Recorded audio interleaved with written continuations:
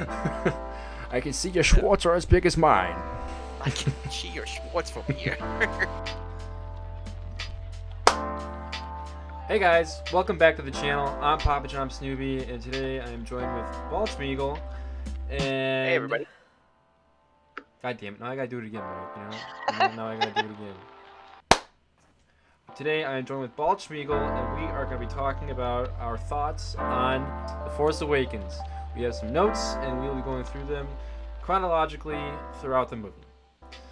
I think the very first thing we should start with for this movie would be the opening crawl. I was actually glad you said that, because I actually made some notes on the title crawl too. I was a little upset that they immediately said Luke is missing. Mm-hmm. Like, they really should have just said... They really should have just shown that instead of told us right away. Like, show, not tell.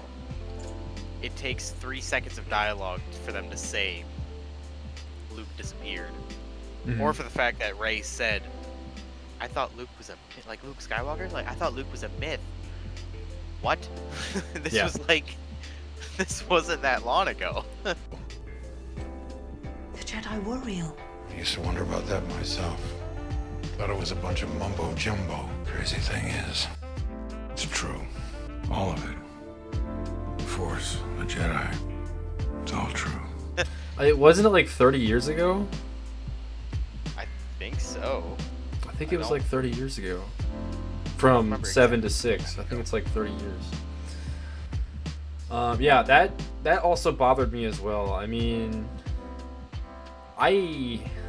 there's a lot of things that I would have done differently with this movie, and I think the very first thing would have been not having Luke Skywalker be missing. I think that it's kind of like a similar thing to what people said about The Last Jedi. I mean, it doesn't seem like it's in character for him to just go missing. Even if the events that happen in this movie happened, it doesn't seem like he is the kind of person that would go and run away from a fight, you know? So for him just to do that, it's just totally out of character. I want to agree with you, but at the same time, I see why he exiled himself, and I also want to say that he kind of pulled the same thing Obi-Wan did when he disappeared. Again, it's like poetry, so if they rhyme. But with purpose. Obi-Wan had purpose. Luke didn't really have any purpose. Luke gave himself purpose to exile himself. Going away to die? Pretty much. Like, he felt like he was a failure. Even though he saved everybody, he redeemed his dad and all, but, like, he failed Han's kid. He failed Han and Leia. Yeah. Because he lost Ben. Also, with the title crawl, like, they basically just went on to say, the rebels are the resistance, the Empire is the First Order. Now you're caught up. You're good. I was going to bring that up too, actually, like how it's basically, I know many people have said this in the reviews for this movie, it's basically a soft reboot of A New Hope. And it's so blatant throughout the movie where, for some reason, the New Republic, like, essentially breaks up into two separate factions, one being smaller, the other one being much larger, and the Resistance basically does take the place of the rebels, and like you said, the First Order basically takes the place of the Empire. So it's really, it's not very smart writing. It's like to go from the original trilogy, which was basically that concept already, just to reboot that. It's just, it doesn't really go anywhere, and it's almost like there's not really any purpose to it. Again, it's like poetry, so if they rhyme. Behind this mask is another mask. Pretty cool, huh? What we would do instead, I would have scrapped that entire idea with having the rebels be the Resistance, the First Order be the Empire, and especially Luke Skywalker vanishing. I don't find those parts of the story to be very compelling. But what I do find to be compelling in this story is the defecting of a stormtrooper and the character of Finn. That's probably the most original thing to come out of this movie, I would say. Do you have anything on that, Mike? I was just gonna agree with you, because Finn had such a great arc in this film. Mhm. He started off as a hero, and then he ended up being a hero. But even though he almost died, he still saved Rey, almost. And like you said, he's a defective droid. They've never shown that before, Mm-hmm. not from his perspective.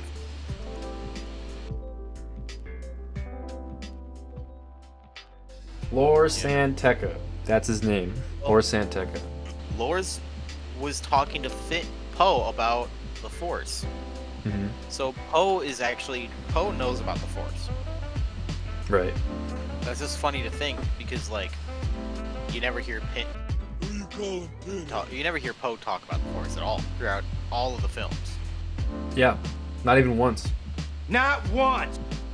Not even when he's talking to Rey. I don't think I've ever heard Poe ever say the word Force in the entire franchise. Yeah, I don't think so either. When Poe and Finn were escaping, why didn't they fucking just close the doors when they were trying to steal the jet? I don't think that one TIE fighter would have control over the hangar gate. No. Why didn't the Control do that? They were like, Oh, trying. right. Yeah. Yeah. Like, It, all they said was, someone call Hux. Yeah. Instead of closing the hangars. Yeah, for real. Yeah, that was a weird moment for anyone in the hangar gate, or in the hangar, not to close the hangar gate. Well, Mr. Old Guy knew about Kylo's family history. Yeah. How? I think they explained that in a comic book. Lor was apparently an ally of the New Republic and Leia's fledgling resistance, working with them to provide intel and Luke with information about the pre-Imperial era Jedi Order. So he worked with Luke and Leia. But I think that was actually answered in a comic book. So that's another thing that bothers me about a lot of these newer Star Wars movies. If you don't read the comics, you have no idea what's going on. Exactly. So, They're doing that with Marvel too. well, Marvel was always comic books. Well, yeah, but now they're doing it like It's- now you know what to expect if you just Google what happens in the comics. Pretty much, yeah. Yeah. Like the directing style never takes their own path anymore. It's always off of someone else's work. That's an issue I've Yeah. always had with Disney. Well, that's what Star Wars actually should have done, I feel like, with the sequel trilogy. They should have used more of, like, the expanded lore and put that into the sequel trilogy of movies, as opposed to... I mean, there's a Making difference something between else. expanding the lore and then just directly like ripping off other work. Right, yeah. Like this film was a copy and paste of New Hope. Yeah, for sure. Just things are, like... New names, new phases. It's just, like, rearranged. Like, the events of A New Hope are basically all in this movie, just rearranged. So, well, the next thing Sorry, go ahead. The next thing I wanted to talk about was Kylo Ren. Did you have anything else before that? One thing about Kylo was that he knew the old guy had a map to Luke, and I want to know how the hell he knew that. Yeah, that's a good point. Like, there's a lot of things that are just like lazily written in, Mm-hmm. and like I don't want to be just expected to like ride along with whatever they're trying to spew out, but at the same time, like I'm here for the ride.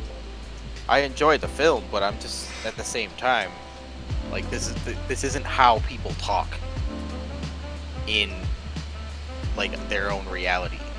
This is they're clearly speaking to us, the viewers, when they explain things. Right. It's weird. It's really weird. I mean, these are just very casual Star Wars movies too. I mean, it's kind of hard to explain. It just seems like that the prequels had more like deeper lore a little bit sprinkled throughout. Like they actually like led to different things or made sense. And why does Kylo Ren have to be so influenced by Darth Vader, even though he is Darth Vader's grandson? You know, like with the same. So I get what you're saying, Like how I said, things were just kind of lazily written in. They should have elaborated on certain things more, especially with revealing that. I mean, it was an obvious tie together. Like, if you knew Han Solo was his dad, you could figure that Leia was his mom. But like when he straight up established Darth Vader as his role model, it just kind of seemed out of left field. The only thing I can kind of give an excuse to is quote unquote Nerf herder! Snoke influencing him to think that it's Vader that he should be looking up to. Mm-hmm. We'll get to that. Put a pin in that. Put a pin in that. Who's scruffy looking? Side note, when Phasma was talking about Finn to Kylo, like when she was saying like this is his first offense, they pulled up a picture of him, but it looked like a baby picture. Yeah, I saw that too. Was that actually a baby picture? Probably like a Was that toddler. picture? I couldn't Yeah. tell. Yeah, I think so. I mean, it looked like they were like going through like all of his records. Or... Moving forward, I think they really should have gotten rid of the scene where Finn was drinking pig water. Yeah, yeah. Drinking out of the trough. That was so fucking weird. That was just not necessary. They didn't need to do that. No, Yeah. they didn't. Like, first of all, Finn landing on a random planet that he's never been to. How the hell did he know where to find the city? He just started walking in the right direction just out of chance. Yeah, And pretty then much. they find each other out of chance. Like, if it's really gonna be out of chance like that, make it more realistic. If he's lost in the desert, have him like fucking pass out and almost die in the desert, and have Rey come across him, or have some random scavenger come across him Mhm. and take him back to the city. Yeah, I think even if like you look at like what it's like at least like the original concept of the story was gonna be like of the overarching sequel trilogy in general, it seemed like they actually were gonna make Finn be force sensitive, and it also seemed like in the later movie that he was gonna admit that or say it to someone, and I mean with things like this, it almost forces the viewer to make an explanation out of that. So even if he was going to be force sensitive, that's the only thing that would actually make sense for him to actually even begin wandering in the right direction. Did you have anything to add to that, or is that it? We'll put a pin in that one. I'm not pinning that one too. The next thing I want to talk about were the Knights of Ren, and the lack of them being in the movie. Well, they show up later in the film for a second. For a flashback or a vision quest. Yeah. They're just standing there. yeah. And then we never see from them again. Nope. Ever. Not one. Except for in the last movie. And they all get destroyed. In a second. Yeah. So it's not like you didn't even see them. Yeah. Honestly, I don't even remember them in the last film. That's how much they were there. TV Yeah. respects me. So, It left yeah, with you me, can put a pin not in that one at if you me. want. I don't have any more Don't, pins. But we're not going back to it. They come across Han's ship, and they call it trash. Mhm. First of all, don't disrespect my boy like that. Second of all, how the hell did Han not find his ship on the scanners on a planet, but he could in space? Yeah. That's a really good point. It ain't that kind of movie. That's a really good point. I mean, maybe they were. I mean, in that whole chase sequence, like, and they eventually end up in space. Han and Chewie are right there. They're right there. That's Yeah. Oh, they showed up immediately. yeah. They were immediately there. Like, it was within fucking 10 minutes of them starting up the ship. Hmm. That's what makes me think it was maybe like He did say when Rey started it. When Rey started the Millennium Falcon, she said like this thing hasn't flown in This years. ship hasn't flown in So years. that could like It's kind of shitty answers for these things, but like all these things have shitty answers. I mean, I guess you can infer that as meaning you can't find the ship on the scanners unless it's On. operational. Yeah. When Kylo heard about a girl with BB-8, Anything else? he seemed to know exactly who it was, Mm-hmm. didn't he? Yep. What girl? Which girl? The two were accompanied by a girl. Yeah. What girl? A lot of these things just don't stay consistent throughout these movies. Oh, not at all. You know, not like- at all. I mean, Like, one thing, Ray was a first-time pilot. You ever fly this thing? How did she know about any kind of hyperspace maintenance? I Knowing how to mean, bypass the- compressor, like knowing about how hyperdrive and light speed works, figuring Mhm. out how to work it on a ship. Like, how could she possibly know any of that if she's never left a planet? the only thing that I think could ever explain that would be like her years of scavenging that Star Destroyer. Taking it apart and building it is a lot different. Right. I don't know how she would know how she would know how to navigate that ship and know where certain things are, but that's the only thing I could think of to answer that. And it's Yeah. not even a very good answer. I mean, So, okay, let's get something straight here right now.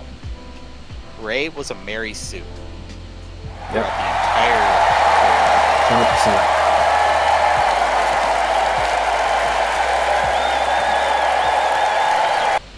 There were a lot of reasons as to believe that she was the daughter of somebody important.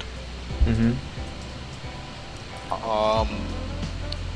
The biggest theory that was going around at the time of this movie coming out, which is one that I would always back up and still would have rather seen, was that she was Obi-Wan's daughter. Yeah, I'm totally on Only board. She's the only other person with a British accent. Mhm. Obi-Wan called to Rey in her vision, saying, "These are your first steps."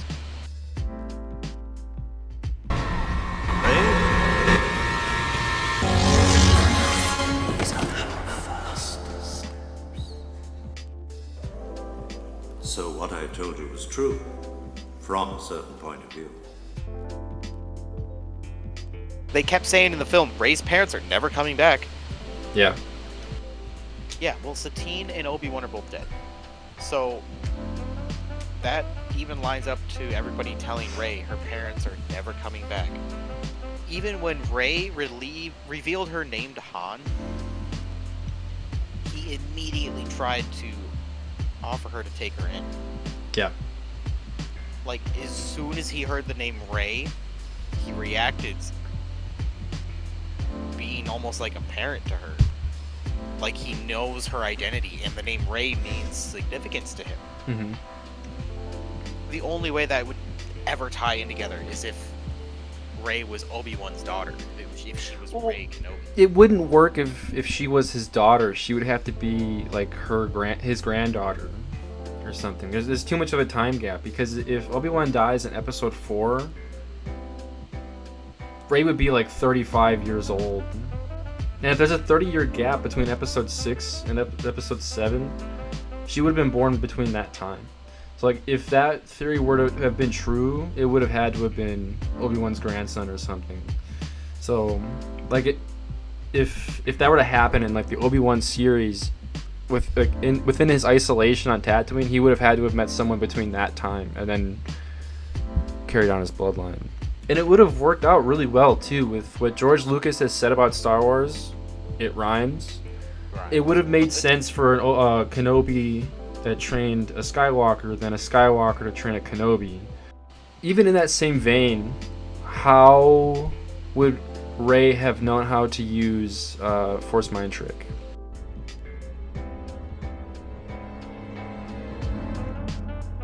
You will remove these restraints and leave this cell with the door open. You know, no one showed her how to do any of these things. She just kind of Right, that's knew how to Kenobi's do it. Yeah. We don't That's see anyone else in only Star Wars Obi-Wan. besides him. Obi-Wan is the only person who's been shown to do Yeah. that besides Ezra. I think Qui-Gon did too. Did he? I think he did, yeah. might have. Because he tried force tricking the Gungans when they were underwater when Jar Jar brought them to Yeah, the you're right. yeah. So for Rey to just pick that up naturally, inherently, like you would have to think like that came passed on somehow. Mhm. Because we've never seen any other Jedi to just randomly pick that up. Yeah, I mean, even continuing the thought train of like her somehow knowing how to do these things, she also defeats Kylo Ren in saber combat. That's just kind of ridiculous. I'm gonna back And- up my boy and say he was shot by Chewie and slashed Fair by enough. Finn. He was slamming into his side a few times. Like he was pretty beat up. Fair enough. Before Rey got a free shot at him. Yeah, that's true. The only way she won is because she channeled the Force. Channel the Force. To be better. You I must don't channel the Force. know. The Schwartz. The Schwartz. All about the Schwartz. I can see your Schwartz are as big as mine. I can see your Schwartz from here. Hux seemed really, really content giving the order to kill billions of people, considering the fact that he's a crucial, important character later down the line. Put a pin in that. He was real content, that's all I'm saying. He didn't shed a tear, he was happy. He seemed very happy to give that call. Yeah. Nazi-like speech. Oh, Which he is- is. Props to him, that was a good speech. Very Nazi-esque. First time I saw it in the film, I thought that was going to like win an award, to be honest. Yeah. It was very intense. It was moving. well acted. Yeah. It was very intense. Yeah. We gotta talk about the elephant in the room before we sign off. Who's that raisin sitting in a chair?